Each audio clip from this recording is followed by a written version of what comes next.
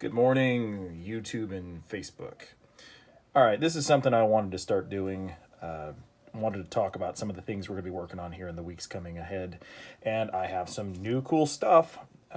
Zack, shout out to him. He has really been working hard on a lot of really cool new arrowheads that I'm really excited to have in my shop.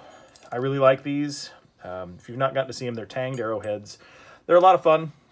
I've made some really cool painted arrows with them, and these are the ones we've had so far. We've got a Ming arrowhead, the Japanese, we've got Bodkins, we've got Crimean. So these two can be either considered Turkish or Crimean, and these actually work for a whole bunch of other cultures. And then we've got Manchurian here. And this is the one that I get the most questions on. This was for my set I just did not long ago, the Mughal set. It looks like the punch dagger. So if you think about the little, the ones that you would actually hold in your fist and punch with, they're really neat. And they came out a lot better than I thought they would. I'm really happy with them, and I'm kind of a sucker for the long tanged arrowheads at this point. But we got some new stuff that I wanted to show you that's really cool. So these are neat, so check this out. This is one of the new, I call them spade heads, and Zack calls them paddle heads, but I think either one of those is acceptable. They run about 220 to 250 grains, but what they're based on, so this is something else we've been doing, is they are based on originals like this. So a lot of people ask questions about what these would have been for. We think they were pretty much for small game, unarmored targets. Think about big, wide cutting surfaces, being able to go in and cut chunks of meat and disable animals like horses. This is an original, anywhere from the 9th to 12th century. But it's hard to pinpoint exactly where they were from. They moved around a lot. In the original collection they came out of stated they were Chinese, but I think they might have been from a number of different places. But they came in different sizes, like this. Really cool looking heads. And they come in a diverse line of shapes and sizes and things. They're a lot of fun. And we've got a bunch of them now. I had a collection that came up for sale that I ended up buying. But see, they even come smaller, which is kind of cool. So they were all different sizes. And the head that Zack had made, we were talking about it, was from a 13th century Mongolian grave find. And they were still in a quiver, still attached to arrows. Really neat looking. I'll post some pictures of that as well. But they came in different shapes too. So you not only had the flat kind of paddle or spade head, you also had these V-shaped heads like that. And also the wide front, almost shovel-looking head. These things were just absolutely brutal on tissue and unarmored targets, animals, game hunting, things like that. But it's always a cool week when we get to open new arrowheads from Zack. I love getting new stuff from him. He's, if you've not checked him out, you need to go look at Nomadic Arts Archery. He's always doing something cool, and he makes beautiful quivers. So check him out if you get a chance. A couple of the other ones we got. So we got those. So we got the spade head. We've also got a large Mughal style head, which these clock in, I want to say, I do everything in grains. So this clocks in at about 300, 320, somewhere in there, which isn't too bad. Pretty respectable. Another cool one. The Jurchen style chisel points. A lot of people are familiar with the bodkins, which are like this. So this was your standard sort of what we believe to be armor piercing style point. But in Eastern archery and in a lot of the different cultures, the chisel was considered one of the things that would go through armor pretty well. This is just a beautiful arrowhead. I love this thing. And let's see, weight-wise, 245, 243, somewhere in there. And the paddle points are 220 to about 245, which isn't too bad. Even some of the originals, like we go back to that. You know, so right in the right range for that. However, when you get bigger, of course, you get heavier. So,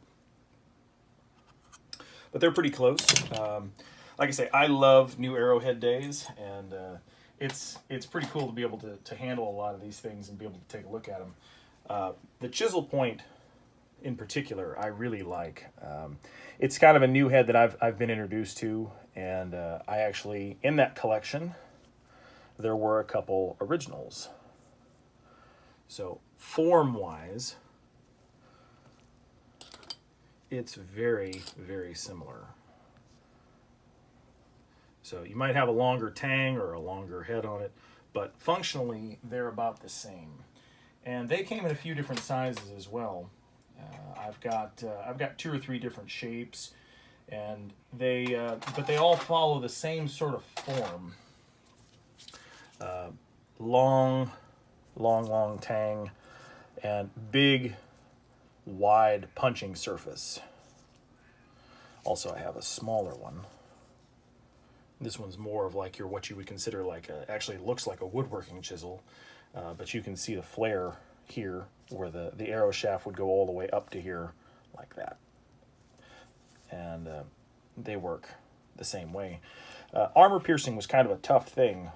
If you were wearing metal armor, getting through it was pretty difficult. But soft targets, even if you were moderately armored, that chisel would do really well on things like chainmail or leather, and probably steel pretty well too.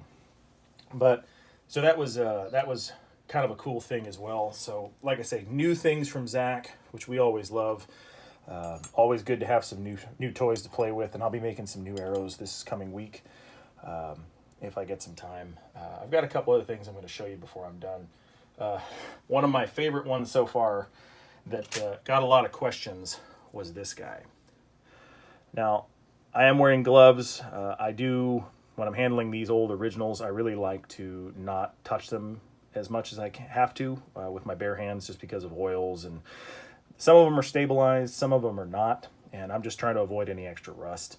But so this was, we think, it was marked as a firehead, and you can see it's actually got some complex build here. So you're talking about a piece of metal that was actually clamped and welded to another piece with other pieces going through it. So this was a pretty complex thing, and there's actually, if you look right there, you can actually see a small pin. So this was actually, not only was it welded and long, it was actually pinned in place too. So that was something that maybe didn't show up on the previous video. But it's big and nasty. I actually think this head would have been a game point. And in that, or a bird point, as Jurchen said. So what would have happened is, think about a modern judo point, or one of the arrows that stands up in the grass. So you go to shoot at something and it doesn't bury itself under the grass. It actually catches and stands up. So I think that's what this head would have been used for. But it's a very complex design for something like that, and something that's well over 1,000 years old. So it's really neat. I love things like this. The ingenuity behind it is really cool. So we got that one. And one I didn't show you yet was this one. Similar. This would have been the tang portion. It probably would have been a little longer, but the arrow shaft would have come up right to here, and so that would have been the bare portion that stuck out from the front of the arrow. And as you see, this tip was stabilized a long time ago in the previous collection. But I'm kind of curious about it because it could ostensibly be used for fire, which is what it was marked for. But I think also it would also stop over penetrating, or work its way back out, or not bury itself in the dirt the same as the others would. So it's possible it was game, it was possible it was fire. It's almost impossible to tell, but they are absolutely gorgeous, and my friend John's actually making me some boxes to mount them up in. I can't wait to actually have them on display. I'm also going to be doing some measurements and some really cool drawings and write-ups on them, so that Zack and I can work on maybe replicating some of them. But anyway, so that's kind of what's going on this week. And I've got more quiver orders and more arrow orders and more things to keep me busy. So I will try to make one of these videos once a week on either new products or something cool that comes up. And we'll see if we can bring more and more of this stuff to the forefront. But I appreciate you guys watching. This is Rob from the Flying Hun Archery and Leather. Y'all have a good week.